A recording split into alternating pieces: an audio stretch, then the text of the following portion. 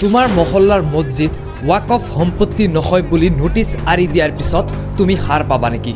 तुम क्या उस वक्त जागोगे जब तुम्हारे महलों की मस्जिद पर नोटिस लग जाएगी this is not a waqf property? দৰগাহৰ সন্মুখত নোটিছ আৰি দিয়াৰ পিছত তুমি টোপনিৰ পৰা জাগিবা নেকি? तुम क्या उस वक्त उठोगे जब दरगाहों के सामने नोटिस लग जाएगी this is not a waqf property? তোমাৰ মৃত পিতৃৰ কবৰটো ওয়াকফ সম্পত্তি নহয় বুলি কোৱাৰ পিছতো তুমি শুই থাকিবা নেকি? तुम क्या उस वक्त उठोगे जब कब्रिस्तान में जाकर कह दिया जाएगा कि तेरे अब्बा की खबर पर तू शबे बारात के दिन आकर फूल नहीं चलाएगा, ये वक्त प्रॉपर्टी नहीं है, तुम उस वक्त रहोगे? নতুন ওয়াকফ সংশোধনী আইনৰ বিৰুদ্ধে মজলিছ ইত্তেহাদুল মুছলিমিনৰ নেতা তথা সাংসদ আছাদুদ্দিন ওৱেইছিয়ে কঠোৰ প্ৰতিক্ৰিয়া ব্যক্ত কৰিছে।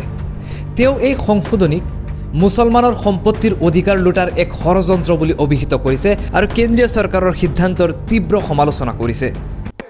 तुम उस वक्त जागोगे जब क़यामत का सूर फूंका जाएगा, ये वक्त है उठने का, सबूत दो अपनी जिंदगी का, अपनी क़यादत को बनाओ, अपने नुमाइंदों को कामयाब करो, यकीनन हराओ मोदी को, बल्कि अगर ताकत है तो उखाड़ कर फेंको इन लोगों को।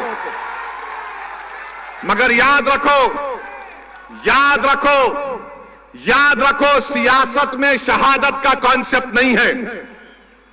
अल्लाह की राह में शहादत है तो जन्नत है, सियासत में जिंदा रहना है। ওৱেইছিয়ে অভিযোগ কৰে যে এই সংশোধনী আইনৰ জৰিয়তে চৰকাৰে ওয়াকফ সম্পত্তিৰ ওপৰত নিয়ন্ত্ৰণ স্থাপন কৰিব বিচাৰিছে, যাৰ ফলত বহু মুছলমানৰ ধৰ্মীয় আৰু সামাজিক প্ৰতিষ্ঠানৰ অস্তিত্ব সংকটৰ সন্মুখীন হ'ব। তেওঁ কেন্দ্ৰীয় চৰকাৰৰ সমালোচনা কৰি কয়, এই আইনৰ লক্ষ্য হ'ল মুছলমানসকলৰ সম্পত্তি কাঢ়ি নিয়াৰ ব্যৱস্থা কৰা। চৰকাৰে সাংবিধানিক অধিকাৰ উলংঘন কৰিছে আৰু ধৰ্মীয় স্বাধীনতাৰ ওপৰত আঘাত সানিছে। ওৱেইছিয়ে হায়দৰাবাদত অনুষ্ঠিত এক জনসভাত কয় যে তেওঁ সংসদত এই সংশোধনী আইনৰ বিৰুদ্ধে তীব্ৰ প্ৰতিবাদ জনাব আৰু আইনৰ আশ্ৰয় ল'ব। লগতে তেওঁ মুছলমান সমাজক এই বিষয়ত সজাগ হোৱাৰ আহ্বান জনায়। तुम उस वक्त जागोगे जब क़यामत का सूर फूंका जाएगा, ये वक्त है उठने का, सबूत दो अपनी जिंदगी का। এই সংশোধনী আইন সন্দৰ্ভত কি ক'লে সাংসদ আছাদুদ্দিন ওৱেইছিয়ে, চাই লওক। सियासत में जिंदा रहना है, तुम जिंदा रहोगे तो नेक अमाल करोगे, तुम जिंदा रहोगे तो काम करोगे। नरेंद्र मोदी उनकी सरकार वक्फ को खत्म करना चाहते हैं पूरे भारत में। कोई जायदाद वक्फ की नहीं रहेगी, मेरी बात मैं जिम्मेदारी के साथ कह रहा हूं, कोई जायदाद नहीं रहेगी वक्फ की। कलेक्टर को इतना पावर दे दिया जाएगा कि कोई भी कलेक्टर के पास जाकर बोलेगा, ये कलेक्टर साहब ये जो यतीम खाना है, ये जो खानखा है, ये जो दरगाह है, ये जो मस्जिद है, ये वक्फ नहीं है। अब मेरे इस बोलने के बाद बहुत से लोग बोलेंगे, ओवैसी तुम क्या कह रहे हो, पागल हो क्या? कोई भी जाकर बोल देगा, अरे ये कानून में लिखा है, इस बिल में लिखा है, क्या लिखा है कि कोई भी रोड चलता आदमी जिसका वक्फ से कोई ताल्लुक नहीं होगा, वो जाकर कलेक्टर को बोलेगा इंक्वायरी ऑर्डर करो। कलेक्टर जैसे इंक्वायरी ऑर्डर करेगा, उसमें कोई टाइम लिमिट नहीं है। जब कलेक्टर इंक्वायरी लिखेगा, इंक्वायरी कंप्लीट होने तक वो प्रॉपर्टी वक्फ की नहीं रहेगी। आप तो चले गई प्रॉपर्टी आपके हाथ से, दरगाह आपके हाथ से निकल गई, खानकाह आपके हाथ से निकल गई, मस्जिदें आपके हाथ से निकल जाएंगी, कब्रिस्तान आपके हाथ से निकल जाएगा। इस तरह का गंदा बिल इस भारत की पार्लियामेंट में मोदी ने पेश किया। मोदी बोल रहे हैं डॉक्यूमेंट लेकर आओ। अगर आपके इलाके में 200 साल पुरानी मस्जिद है, कहां डॉक्यूमेंट मिलेगा? कहां डॉक्यूमेंट मिलेगा?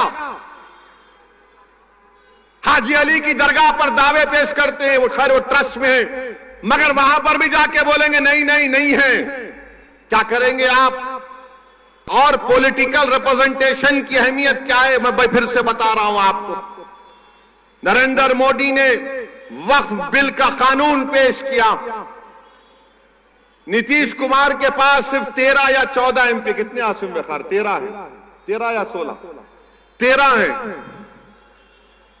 अगर एमआईएम पार्टी के 3 एमपी होते, अख्तरुल ईमान और इम्तियाज जलील मेरे साथ होते, मोदी 10 बार सोचते थे ये बिल को लाए ना लाए, मगर आप थाली मार रहे हैं।